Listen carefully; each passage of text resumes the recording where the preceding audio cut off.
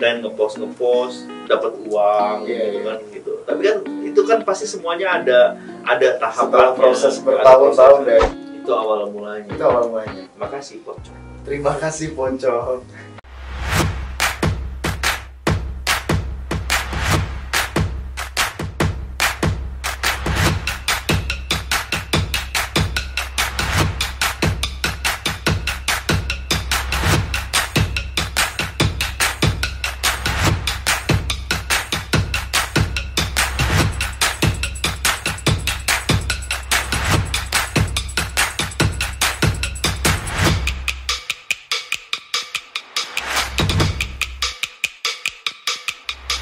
Assalamualaikum warahmatullahi wabarakatuh. Halo Dunsan Ambu Sabedonyo. Kembali lagi di Minang Milenial Manang Podcast episode ke-10. Setiap kita adalah tokoh, setiap cerita menjadi contoh. Saat ini saya kedatangan bintang tamu, seorang influencer, entrepreneur. Influencer dan entrepreneur. Gelarnya Datua Putiah Alam. Beliau ini udah sukses di dunia influencer. Dikenalnya karena sifat yang dermawan. Suka bagi-bagi Vespa, bagi duit, bagi rumah, semua dibagi yang dia punya. Siapa lagi kalau bukan Muhammad Arif Yakub alias Arif Muhammad. Assalamualaikum Arif. Waalaikumsalam warahmatullahi wabarakatuh. Aduh, gimana kabarnya nih? Baik. Udah terlihat profesional sekali membuka podcast. Tolong jangan ambil lahan kami. Oh, saya memang profesional sih. Cukup. Saya kerjakan profesional. Iya benar. Tapi tolong jangan diambil lahan kami. Jangan ya. Bubar nanti semuanya. Ini kan cuman kita memperkenalkan tokoh-tokoh sukses Minang, baik yang di ranah maupun di rantau, termasuk Bang Arif Muhammad. Mantap. Tapi tenang, kita nggak ngambil lahannya Arif lah. Jauh. Arif, kemarin saya lihat Arif keliling-keliling tuh. Ada pakai baju Datua di Tanah Datar ya, kalau nggak salah Tanah Datar. Terus saya lihat juga ada kemarin di Payakumbuh, di Bukit Tinggi. Berapa kabupaten kota kemarin keliling tuh? 5 kayaknya kemarin, Bang. 5 ya? 5. Tanah Datar, Payakumbuh, Bukit Tinggi, Solok, Padang. Ya. 50 kota lewatin. Batu Sangkar di Tanah Datar. Oh, Tanah Datar ya. 50 kota. Kelok 9 sempat lewat. Kelok 9 nggak lewat ya? Kelok 9. Tapi kemarin sempat ke Harau, sempat ke Harau 50 kota, berarti 6. Oh, 6 ya? 6. Dan Arif mesti tahu, yang ngontak saya banyak, tolong bawa Arif Muhammad ke kota A, B, C, D. Iya. Terus saya bilang, oh iya ntar ya saya tanyain dulu yang bersangkutan. Kemarin nggak enak juga soalnya ada beberapa bupati, wali kota ngundang ke kotanya juga, cuman kan waktunya terbatas di sini. Mungkin kayaknya mentok di Arif ngontak saya. Tapi di lain kesempatan. Biar balik-balik lagi terus ke Sumbar. Kita kan ada 19 kota kabupaten. Arif baru datang lebih kurang 6, nanti bisa dikelilingin lagi. Siap. Pulang kampung lagi. Terus dari 6 itu yang paling berkesan di mana tuh? Yang paling berkesan sih pasti Payakumbuh, soalnya kan kampung sendiri deh. Payakumbuh, kampung sendiri. Banyak memorinya di Payakumbuh. Oh, Arif orang Payakumbuh ternyata. Orang Payakumbuh. Terus saya lihat juga di postingan ketemu keluarga besar Simabua. Iya. Gimana tuh, udah lama nggak pulkam, terus pulkam, katanya heboh. Jadi kan dulu pas nenek masih ada. Nenek di Payakumbuh? Nenek itu di Payakumbuh di Tiakar. Nah, pas beliau masih hidup dulu, kita pasti tiap tahun pasti mudik ke sini ya. Anak-anaknya semua ngumpul di sini. Cuman akhirnya ketika nenek meninggal, rumahnya jadi kosong, terus jadi kita lumayan jadi jarang mudik. Nah, terakhir kali aku pulang itu nenek meninggal di sini. Di sini. Makamnya di Sumbar. Di Tiakar, di belakang rumah. Terus terakhir ke sini itu 2018, setelah 4 tahun nih baru ini lagi nih pulang kampung nih. Setelah 4 tahun. Covid juga kemarin kan, jadi nunggu Covid. Oh iya, Covid 2 tahunan lebih, jadi 4 tahun nggak pulang kampung. Asal tahu, Arif pulang kampung gara-gara saya. Saya yang panggil. Betul sekali, surat panggilan yang mengerikan itu. Oh, jadi udah lama yang pantas ya, pada rame, pada heboh semuanya. Jadi baru kemarin cuman ngabarin, jadi ada kayak saudara gitu, tetangga kan yang ngejagain rumah nenek.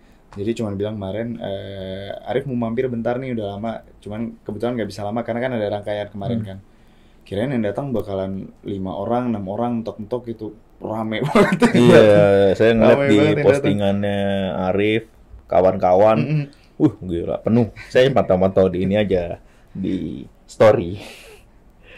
Rif, apa namanya? Ini kalau yang nggak tahu Arif Muhammad nih ya, beliau ini follower Instagramnya aja 5,3 juta. Yang belinya berapa? Nggak ada, alhamdulillah. Alhamdulillah. Nggak ada yang beli ya. Itu hampir sama Dunsana Ambo sama penduduk Sumatera Barat, lebih kurang 5,6, 5,7 juta. Jadi udah hampir sama. Yang nggak tahu nih, kan banyak juga mungkin yang belum tahu nih. Saat ini ngapain aja sih Rif sibukannya nih? Jadi influencer gini ngapain aja sih? Terus apa? Influencer dermawan terkenalnya. Macam-macam deh. Bikin konten pasti. Kan aku kan nge-YouTube juga. Bikin konten, terus ngurusin ada beberapa bisnis. Bisnis banyak juga nih kayaknya nih ya. Iya, nggak terlalu banyak, cuman adalah beberapa. Jadi emang apa ya, emang nggak bisa diam aja sih dari dulu. Jadi kayak pengen bikin sesuatu, apalagi yang bisa berguna buat orang banyak, apalagi bisa hal lebih yang kita lakukan gitu. Jadi selalu ada yang dikerjakan. Kalau yang belum tahu Arif ini ada yang pernah dengar pocong nggak? Nah, Arif cerita tentang pocong nih. Pocong itu adalah sebenarnya awal mula dari semuanya ini. Nah, Arif itu melejit itu gara-gara pocong. Coba Arif cerita dulu. Jadi dulu itu kan aku kan di Batam. Di Batam. Jadi mama sama papa kok bisa di Batam? Mama itu Payakumbuh asli Tiakar. Papa itu Situjuh. Cuman akhirnya mereka merantau ke Batam. Jadi aku lahir di Batam, dari lahir sampai SMA di Batam. Setelah tamat SMA pindah ke Jakarta buat kuliah. Masuk kuliah di Jakarta di Eva Trisakti waktu itu. Sambil kuliah itu kan kita anak rantau kan bingung ya Bang, pas baru-baru masuk kuliah, teman belum banyak, belum kenal siapa-siapa, jadi lebih banyak di kosan gitu-gitu kan. Akhirnya main sosmed, waktu itu bikinlah Twitter pocong iseng-iseng. Awalnya itu kayak cuman buat, ya iseng lah daripada nggak ada kerjaan di kosan gitu kan. Bikin Twitter, identitasnya orang nggak tahu siapa, nge-tweet. Apa yang di-tweet waktu itu, zaman waktu itu? Macam-macam. Dulu kan Twitter kan belum seramai sekarang, itu tahun 2009 kan. Twitter 2009 artinya 13 tahun yang lalu. Bikin Twitter, tweet lucu, tweet galau. Waktu zaman dulu kan yang apa namanya, orang suka yang tweet galau yang gitu-gitu kan. Terus bikin konten. Kok lama-lama makin banyak followersnya, jadi 100.000, 200.000, 1 juta. Ketika di saat itu orang yang followersnya 1 juta itu belum banyak waktu itu, bisa dihitung dengan jari. Ketika itu tahun 2009. Masih jarang. Terus kenapa namanya pocong tuh? Kenapa ya? Karena waktu itu kan berencana untuk menyembunyikan identitas. Jadi kayak pengennya misterius gitu kan. Wah, cari karakter yang misterius. Apa ya? Hantu kali ya, pocong deh gitu. Gitu aja doang, ya. Gitu doang. Nggak ada filosofinya, nggak ada apa-apa. Ya udah, akhirnya dari situ nulis blog, terus bikin buku, akhirnya dari buku bikin film, akhirnya ya berlanjut aja terus dari situ. Itu awal mulanya. Makasih pocong. Terima kasih pocong. Jadi Arif ini ternyata apa namanya sama sama saya. Orang tuanya keduanya merantau. Kalau saya ke Jakarta, Arif ke Batam. Jadi Arif lahir gadang di rantau. Jadi masa kecil tuh di Batam. Masa kecil di Batam. Boleh tahu nggak? Dulu keluarga ayah ibu kerja apa di Batam? Mama itu guru. Oh, ibu guru. Mama itu guru, guru matematika. Kalau papa dia swasta, dia kerjanya. Jadi sekarang orang tua masih di Batam nih? Orang tua masih di Batam. Jadi dari Batam dulu masih sepi kali ya, sampai sekarang ramai banget. Sepi banget. Dulu itu momen yang paling disuka itu tiap Lebaran. Karena kan dulu kan tiket mahal deh. Jadi kalau misalnya pulang kampung itu naik kapal ke Pekanbaru, terus dari Pekanbaru naik mobil ke Payakumbuh. Cuman kan itu seru banget. Kita naik travel gitu kan rame-rame. Tiap lewat Kelok 9 tuh pasti selalu heboh tuh dulu. Soalnya kayak yang belum jadi kayak gini. Belum jadi kayak sekarang, belum sebagus sekarang. Nah, jadi dulu kayak yang momen yang paling ditunggu-tunggu itu tiap pulang kampung itu naik travel dari Pekanbaru ke Payakumbuh. Soalnya suka berhenti-berhenti gitu kan, makan di sini, makan di situ. Terus ngeliat pemandangan alam dan macam-macam. Macam-macam itu seru banget dulu. Nah, orang kan ngeliat sekarang Arif Muhammad nih udah terkenal lah, dermawan katanya. Apa namanya, influencer dermawan. Nanti bagi saya juga ya. Boleh. Nah, tapi selama merintis karir nih ya, macam dari awal itu, apa aja sih tantangannya, rintangannya? Orang kan ngeliatnya sekarang, enak banget dia, cuman buat konten, ngepost dapat uang gitu kan gitu. Tapi kan itu kan pasti semuanya ada tahapannya. Setelah proses bertahun-tahun deh. Ini kalau misalnya sekarang lihat enaknya doang. Jadi dulu itu pas pindah ke Jakarta itu kosan pertama di Jakarta itu tahun 2008 itu harganya 300.000. Itu kecil banget tuh di samping Trisakti yang batas antara kamar dan kamar itu cuma triplek doang tuh. Jadi kalau misalnya tetangga 300.000 di Jakarta pasti jelek banget. Iya, jelek banget. Jadi terus kalau misalnya tetangga tuh lagi teleponan tuh sama pacarnya tuh kita bisa dengerin tuh malam-malam. Jadi hiburannya tuh kayak wah lagi berantem lagi nih di sebelahnya pacarnya kayak gitu. Jadi pertama kali punya penghasilan itu dari pocong itu, jadi ada yang hubungin kan waktu itu, ada yang email kan, bisa nggak ya kita bayar untuk nge-tweet ini? Terus kan aku kan nggak ngerti kan kayak, hah, emang bisa dibayar dapat tweet dari nge-tweet doang gitu. Waktu itu industrinya belum kayak sekarang deh. Orang bahkan belum tahu blogger itu apa, orang-orang belum tahu influencer. Seleb tweet aja itu belum ada istilah seleb tweet, selebgram itu belum ada istilahnya. Jadi ketika dihubungi kan, boleh nggak ya ini kita ada campaign es krim waktu itu, kita bayar nanti tolong posting ini.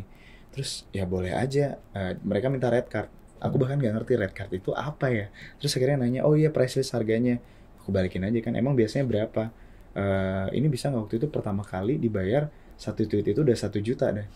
1 juta buat ukuran anak kuliahan ketika itu kayak serius nih, ini dibayar nih gini doang nih gitu. Akhirnya dari situ makin lama makin banyak sponsor job yang masuk. Terus akhirnya aku mikir, wah ternyata ini ada industrinya juga dan bisa menghasilkan juga. Dari situ yang tadinya kontennya iseng-iseng jadi semangat, jadinya kayak oh ternyata ini kalau diseriusin ini bakalan bisa ada industrinya, bisa dapat penghasilan dari sini. Nah terus sekitar tahun 2010 tuh kayak beraniin nelfon ke orang tua kan. Dulu tuh kan pas kuliah dikasih jajan 2 juta sebulan, itu udah sama kosan sama segala macam. Akhirnya 2010 telepon mama kan, ma udah mulai bulan depan gak usah dikirimin jajan lagi. Terus mama kaget kan, hah? Emang jualan narkoba? Iya, emang dapat duit dari mana? Terus kan bingung jelasin ya kan, kayak iya soalnya sekarang udah jadi blogger. Apa itu blogger? Itu loh yang di internet. Oh penjaga warnet kayak gitu.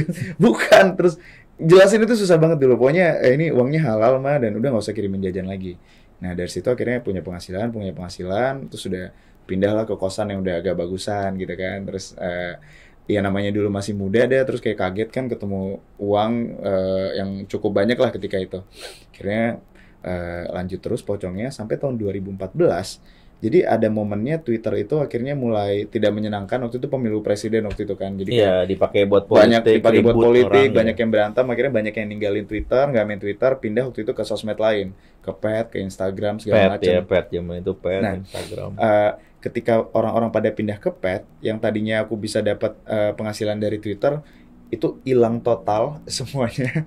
Udah nggak ada penghasilan lagi dari Twitter. Sementara waktu itu udah terbiasa dan dapat easy money lah, tanda kutip ya, easy money, kita nge-tweet dibayar gitu. Kusut waktu itu deh. Itu sempat kusut 1 tahun tuh nggak ada penghasilan dan udah terlanjur nggak dikirimin uang jajan. Dan waktu itu sempat nekat beli rumah nyicil KPR waktu itu kan, cicilannya belum setahun, terus udah nggak bisa bayar cicilannya. Dan ketika itu aku memutuskan untuk cuti kuliah kan, gara-gara mulai ada undangan talk show di sini, undangan sana, jadi akhirnya kuliahnya di pause dulu. Akhirnya setelah itu semua hilang, terus mikir kayaknya nggak bisa nih ngarepin dari sesuatu yang nggak pasti. Kalau itu kan kita nunggu job ya dari sponsor. Itulah awal mula aku mulai bisnis jualan sate di pinggir jalan ketika itu. Jadi sisa uang sedikit, pengen buka restoran nggak cukup duitnya, pengen buka bisnis lain nggak cukup. Aku pikir apa ya yang bisa ngasilin duit, jualan kaki lima kali ya. Sempat malu tuh waktu itu, kayak gue udah pernah terkenal gitu kan. Terus tapi itu udah nggak terkenal lagi tuh, itu kan udah mulai hilang tuh kan, udah turun. Udah pernah terkenal sebelumnya, udah pernah punya penghasilan yang cukup besar ketika itu, tiba-tiba harus banting setir. Masa iya gue jadi tukang sate gitu kan, orang udah pada kenal. Cuman dipikir-pikir udah tagihan rumah, tagihan ini segala macam, udah acak adut lah waktu itu. Ya udah nekat aja akhirnya jualan di trotoar gitu pinggir jalan, cari partner segala macam, udah nekat aja tuh jualan sate. Ternyata rame, bulan pertama rame, bulan kedua rame, bulan ketiga rame, terus nekat buka cabang. Ilmunya belum ada tuh waktu itu, cuma nekat aja, udah deh nambah 1 cabang lagi. Gerobakan ini modalnya kayak 6 juta doang gitu kan. Buka cabang rame lagi, buka cabang rame lagi. Masih ada nggak tuh satenya sekarang? Udah nggak ada. Jadi 1 tahun buka sate itu kebuka Sate apa? 100 Sate Padang 100 apa cabang sate? waktu itu di seluruh Indonesia dalam 1 tahun. Oh. Sate Jepang ya, Kitori. Oke. Nah, cuman ketika itu nekat bisnis tapi ilmunya belum ada. Ilmu belum ada, mentor belum ada, pengalaman belum ada. Jadi pas cabangnya udah banyak semuanya keteteran kan. Kita nggak biasa operasional, nggak biasa ngurus mitra segala macam. Bubarlah itu bisnis. Nah, dari situ akhirnya belajar lagi. Padahal sempat naik juga tuh ya. Sempat naik juga satenya, cuman apa namanya, ada di titik yang udah nggak kuat ngehandle lagi. Tapi udah lumayan ngumpulin modal ketika itu. Akhirnya dari situ ngambil pelajaran pas bangkrut. Oh, kayaknya ini butuh mentor, ini butuh belajar. Kayak bisnis emang kita yang penting itu action, tapi tetap harus ada ilmunya, tetap harus ada basicnya segala macam. Dari situ barulah mulai nyari partner yang benar, nyari partner, buka bisnis lagi. Jadi ketagihan jadi yang bisnis. Gitu awalnya. Tuh, dijelasin tuh sama Arif. Ketika jatuh, nggak patah semangat, nyari alternatif lain. Di saat satu titik mentok, beliau nyari sesuatu yang lain. Akhirnya terjun dunia bisnis. Emang udah ada darah Minangnya, pasti udah ada sedikit mentalnya. Dan kebangunlah di situ. Terus bisnisnya naik, udah banyak cabang, sempet turun lagi, tetap nggak patah semangat. Iya, yang paling susah itu sebenarnya yang dilawan itu selain bangkrut ya, selain bokeh gitu. Yang paling susah itu dilawan rasa malu sih. Ego kita sih. Kayak Ya. udah pernah terkenal, udah pernah lumayan lah gitu. Terus kayak harus turun lagi mulai dari bawah, mulai lagi dari hal yang cemen lah, jualan di trotoar pinggir jalan gitu. Jadi sebenarnya yang tantangannya itu justru selain susah gara-gara bangkrut, susah buat menghilangkan ego kita, malunya itu loh. Terus pas habis sate itu bangkrut, ngapain lagi Arif? Itu kan udah mulai kekumpul modal waktu itu mulai nge-YouTube tuh. Jadi turning point-nya ketika nge-YouTube, waktu itu kan habis dari Twitter kan nyoba di Instagram, terus ternyata nggak sukses. Jadi kan kita nggak bisa sesimpel mindahin followers yang jutaan dari Twitter ke Instagram, kan nggak bisa kayak gitu. Treatmentnya tiap sosmed itu kan beda-beda kan. Berbeda, Orang ya, bisa betul. terkenal di Twitter, belum tentu bisa terkenal di Instagram gitu. Iya, Sebaliknya betul. juga yang gitu-gitu. Akhirnya nyoba di Twitter tuh nggak berhasil lah, nggak ada yang follow lah di Twitter. Terus pikir-pikir pas YouTube baru mulai bikin YouTube, wah enjoy ini kayaknya, soalnya kan aku suka cerita, ini kayaknya bisa jadi media untuk cerita. Aku bikinlah waktu itu vlog, kayak daily vlog gitu. Tapi itu aku bikin daily vlog, momentumnya adalah orang lain itu belum banyak yang bikin daily vlog. Masih agak asing lah di Indonesia gitu. Baru beberapa orang yang bikin daily vlog. Akhirnya orang lihat, wah ada tontonan baru nih dengan konsep daily vlog. Banyak yang nonton, turning point-nya jadi ramenya di situ deh. Itu udah mulai terkenal lagi tuh, udah mulai yang tadinya sering dimintain foto, terus sampai pas nggak terkenal lagi, orang di jalan nggak ada mintain foto. Gara-gara YouTube tuh udah mulai dimintain foto lagi, udah mulai kemana-mana orang ada yang kenal lagi. Turning point-nya dari situ lah. Nah, ini contoh nih. Jadi Arif ya udah rezekinya beruntung awal di Twitter. Waktu itu Twitter awal-awal tuh berarti ya 2000-an. Berapa tadi? 2009. 2009. Ya benar, lagi rame-ramenya. Lagi rame-ramenya banget. Dapat rezeki dari situ. Tapi emang karena karena zaman digital, perubahannya makin tahun makin cepat. Cepet banget perubahannya, iya. Arif adapt sama itu. YouTube, sekarang Instagram, dan sebagainya. Jadi dia adapt dengan segala sesuatu yang kekinian. Dari situlah sebenarnya saya coba ngeliat Arif banyak belajar. Dari situlah Arif banyak dapat network. Karena Gitu. inti dari bisnis yang selalu saya bilang bukan masalah duit, tapi lebih ke masalah networking. Setuju. Benar kan? Setuju. Karena beda banget ketika mulai bisnis dulu pas belum punya networking sama ketika udah punya, beda banget. Sekarang kalau Arif bisnis di sosmednya, udah deh bang, kalau lu ngaltuin apa aja pasti jadi gitu kan. Kalau Arif Muhammad tinggal gini udah selesai, semuanya pasti jadi. Nah, itu kan kayak gitu kan ngeliatnya sekarang. Kalau misalnya dilihat dari dulu ya gitu. Terus influencer entrepreneur. Katanya sekarang ada apa? Bakso Aciakang. Oh iya, ada. Jadi aku punya Apa brand tuh? makanan namanya Bakso Aciakang. Dari tahun berapa tuh? Jadi Bakso Aciakang itu kan umurnya 4 tahun. Nah, kalau Bakso Aciakang ini jadi kebetulan ada partner aku namanya Pak Dandi. Jadi Pak Dandi ini udah mulai duluan Bakso Aciakang. Nah, Pak Dandi itu udah beberapa kali pakai jasa aku buat endorse. Waktu itu sebenarnya cuma endorse biasa awalnya.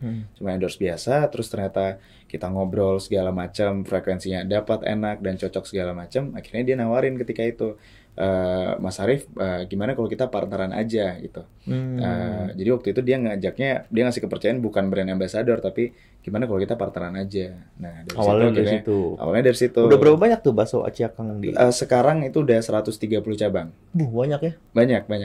Di Jawa paling banyak. Di Jawa paling banyak. Cuman per tahun ini, kemarin itu sebenarnya kita udah bikin plan buat Sumatera segala macam, tapi karena pandemi kan terhalang, jadi mungkin. Jadi masih banyak di Jawa ya? Masih banyak di Jawa. Aciakang. Awalnya kayak gitu. Mantep. Oh iya, selamat ya. Selamat dulu. Baru jadi duta nasi Padang. Oh iya, baru diangkat sama Wagub. Iya, Wagub paling kece se-Indonesia. Tadi saya udah lihat itu di Instagram. Wagubnya keren banget. Iya, emang saya juga tahu. Iya, Pak. Tadi saya juga lihat postingan, keren banget ini. Dapat duta nasi Padang dari Wagub paling keren se-Indonesia. Tapi ini nanti kenalin ya sama dia ya. Aku ngomong dikit ya. Iya. Ini keren banget loh. Maksudnya kan orang kalau misalnya bikin gimmick gitu biasanya kan sama swasta gitu kan, sama brand gitu. Ini bisa bikin gimmick sama pemerintah resmi, cuman Wagub Audi Joynaldi doang dia bisa. Jadi ini tadi siang udah Arif Muhammad dari Pemprov Sumatera Barat, karena memang kita ingin memviralkan, mempopulerkan segala sesuatu tentang Sumatera Barat, dan Bang Arif ini Arif Muhammad ini terkenal banget dengan nasi Padangnya, ya kan, dengan makan nasi Padangnya. Dan dapat banyak tanggapan positif dari netizen, makanya kami menetapkan Arif Muhammad jadi duta nasi Padang ya. Kayak itu baru pertama tuh di Indonesia tuh. Saya belum pernah dengar duta pecel ayam, duta rawon. Itu tadi pas upload di Instagram tuh pada komennya kayak, bisa nggak ya gue jadi duta warteg, duta ini. Pada iri semua. Ya, pada iri semua soalnya ini belum ada dan belum kepikiran. Tapi udah nggak bisa lagi. Udah pertama. Satu doang udah. Hype-nya nggak bakal sama kalau ada yang ngikutin. Sama, udah beda. Masih mikir lagi caranya gimana ya kan. Itu sih emang keren banget. Jadi kalau saya sendiri, karena ngelihat Arif ini jiwa Minangnya besar banget dengan nasi Padangnya, dan nasi Padang ini saya boleh klaim bahwasanya nasi Padang itu saya bisa bilang ada di semua kota kabupaten di Indonesia. Di 34 provinsi udah pasti ada. Setuju. Di setiap kota kabupaten pasti ada. Kenapa? Setuju. Saya ke Papua, ke Manokwari ada, di Timika ada, di Biak ada. Saya udah ke beberapa kota, di Jayapura ada. Itu luar Papua. Di luar negeri juga. Luar negeri juga ada, di Australia, di Amsterdam, di Amerika, yang pernah saya lihat, Singapura, Malaysia tentu gitu ya. Terus di mana-mana. Di mana-mana ada. Perancis juga ada, saya pernah lihat juga. Itu kalau misalnya udah dilihat DM aku ya, itu isinya orang yang laporan kalau temennya ada yang makan pakai sendok. Biasanya aku marahin soalnya. Jadi biasanya aku repost, aku marah-marahin tuh biasanya makan pakai sendok. Jadi mungkin tiap hari itu ada aja yang laporan kalau ada yang makan pakai sendok.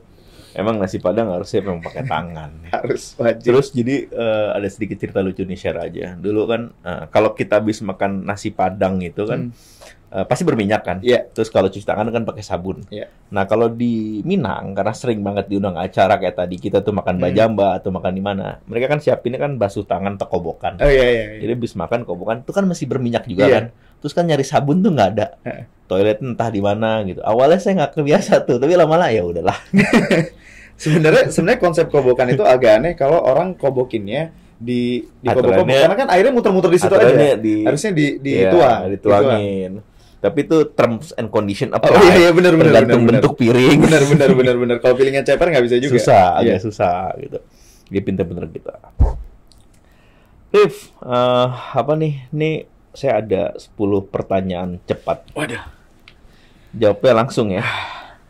A atau B gitu. A atau B. Oke? Siap? Oke.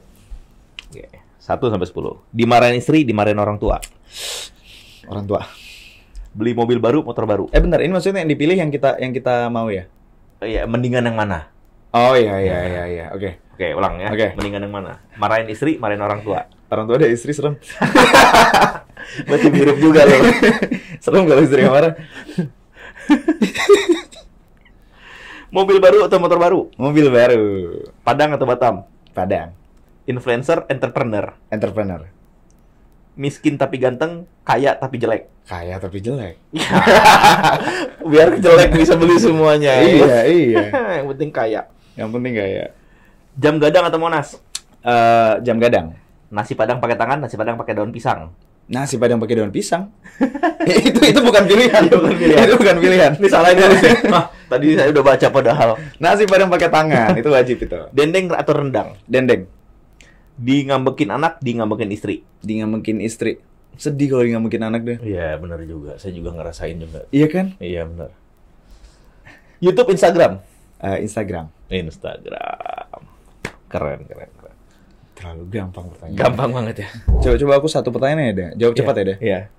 Jadi pejabat atau jadi bisnismen? Bisnismen. Cepet banget jawabnya. Ya semuanya ada plus minus ya lah. Enggak ada, ini dah. Ini jujur ya. Iya. Udah Audi itu adalah salah satu orang yang kita nih anak-anak muda nih. Kan kita sekarang ngelihat nih udah Audi nih masih muda menjabat.